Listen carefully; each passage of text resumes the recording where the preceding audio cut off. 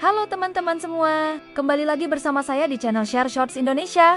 Hari ini, kita akan membahas topik yang sangat menarik dan penting, khususnya bagi kalian yang ingin memaksimalkan penggunaan ChatGPT dalam menulis artikel atau berita. Pernahkah kalian merasa frustrasi karena hasil prompt ChatGPT tidak sesuai dengan yang diharapkan? Atau mungkin kalian masih bingung bagaimana cara memberikan instruksi yang tepat kepada AI ini? Tenang, karena dalam video kali ini, saya akan membagikan panduan lengkap tentang cara menggunakan prompt ChatGPT yang baik dan benar untuk menghasilkan tulisan berkualitas.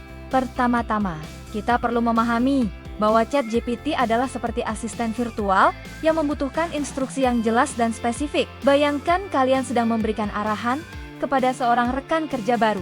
Semakin detail dan jelas instruksinya, semakin baik hasilnya. Mari kita mulai dengan langkah pertama, menentukan konteks. Sebelum memberikan prompt, jelaskan terlebih dahulu peran yang ingin ChatGPT mainkan. Misalnya, bertindaklah sebagai seorang jurnalis berpengalaman yang ahli dalam bidang teknologi. Dengan begini, ChatGPT akan menyesuaikan gaya penulisan dan sudut pandangnya. Langkah kedua adalah menentukan format dan struktur. Berikan instruksi yang jelas tentang bagaimana artikel tersebut harus disusun. Sebutkan elemen-elemen yang harus ada seperti judul, lead, isi, dan penutup. Jangan lupa untuk menentukan panjang artikel yang diinginkan dalam hitungan kata. Selanjutnya, fokuskan pada detail spesifik yang kalian inginkan. Misalnya, gunakan bahasa yang mudah dipahami untuk pembaca umum atau sertakan minimal 3 contoh kasus nyata.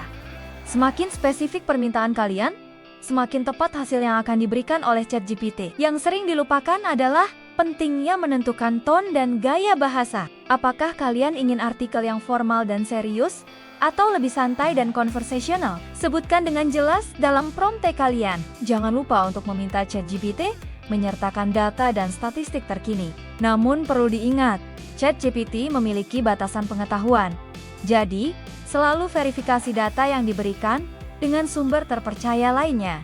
Tips penting berikutnya adalah menggunakan prompt bertingkat. Daripada memberikan satu prompt panjang, lebih baik memecahnya menjadi beberapa tahap. Mulai dari kerangka artikel, kemudian minta ChatGPT mengembangkan setiap bagian secara terpisah. Perhatikan juga penggunaan kata kunci yang tepat. Misalnya, gunakan kata-kata seperti elaborate, explain, atau describe untuk mendapatkan jawaban yang lebih mendalam. Hindari pertanyaan yang terlalu umum atau ambigu. Satu hal yang sering terlupakan adalah meminta ChatGPT untuk melakukan review dan perbaikan. Setelah mendapatkan hasil pertama, kalian bisa meminta AI ini untuk memeriksa kembali dan memberikan saran perbaikan. Penting juga untuk memahami bahwa hasil dari ChatGPT sebaiknya dijadikan sebagai draft awal. Kalian tetap perlu mengedit dan menyesuaikan dengan gaya penulisan personal kalian. Ini akan membuat artikel lebih otentik dan memiliki sentuhan pribadi. Dalam penggunaan ChatGPT untuk menulis berita, pastikan untuk selalu mengikuti kode etik jurnalistik. Minta ChatGPT untuk memperhatikan aspek keberimbangan, akurasi, dan objektivitas dalam penulisan. Jangan ragu untuk bereksperimen dengan berbagai jenis prompt. Terkadang, hasil yang tidak sesuai ekspektasi bisa menjadi pembelajaran untuk membuat prompt yang lebih baik di kesempatan berikutnya. Ingat, kualitas output ChatGPT sangat bergantung pada kualitas input yang kita berikan. Semakin baik promptnya, semakin baik pula hasilnya. Nah, sekarang saatnya kita ajak ChatGPT untuk membantu menulis. Langkah pertama adalah menentukan topik berita yang ingin kita angkat. Misalnya, topik terkini seperti kebijakan baru pemerintah tentang pendidikan digital di sekolah. Lalu, tentukan sudut pandang atau angle berita. Apakah dari sisi kebijakan, dampak ke siswa, atau tanggapan masyarakat? Sebelum meminta bantuan chat, kita harus punya fakta, data, atau referensi aktual. Buka situs berita terpercaya, catat tanggal kejadian, nama narasumber, dan data penting. Selanjutnya, tuliskan perintah ini di ChatGPT kalian. Buatkan artikel berita 500 kata dengan gaya jurnalistik. Topik, kebijakan pendidikan digital 2025. Sertakan kutipan Menteri Pendidikan dan dampaknya pada siswa di daerah. Lalu tekan Enter, dan kita tunggu ChatGPT menulisnya. Kita tunggu proses generatenya ya.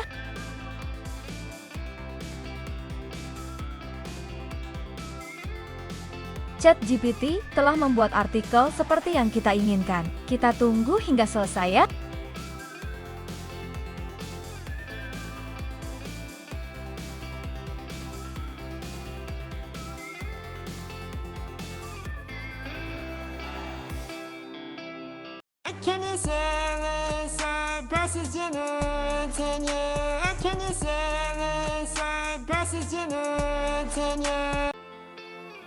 Ingat, hasil dari chat bukan final. Cek kembali dan edit bila diperlukan. Setelah diedit, kamu bisa publikasikan di blog, media sekolah, atau kirim ke media komunitas. Jangan lupa kasih judul yang menarik dan jelas. Contoh judul: Digitalisasi sekolah dimulai.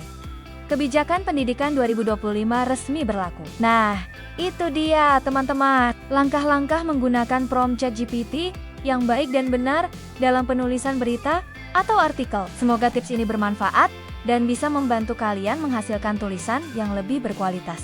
Sebelum mengakhiri video ini, jangan lupa untuk like, komen, dan subscribe channel ini ya. Aktifkan juga lonceng notifikasinya agar tidak ketinggalan video-video menarik lainnya. Sampai jumpa di video berikutnya. Terima kasih sudah menonton sampai akhir. Jika ada pertanyaan, silakan tulis di kolom komentar di bawah. See you in the next video.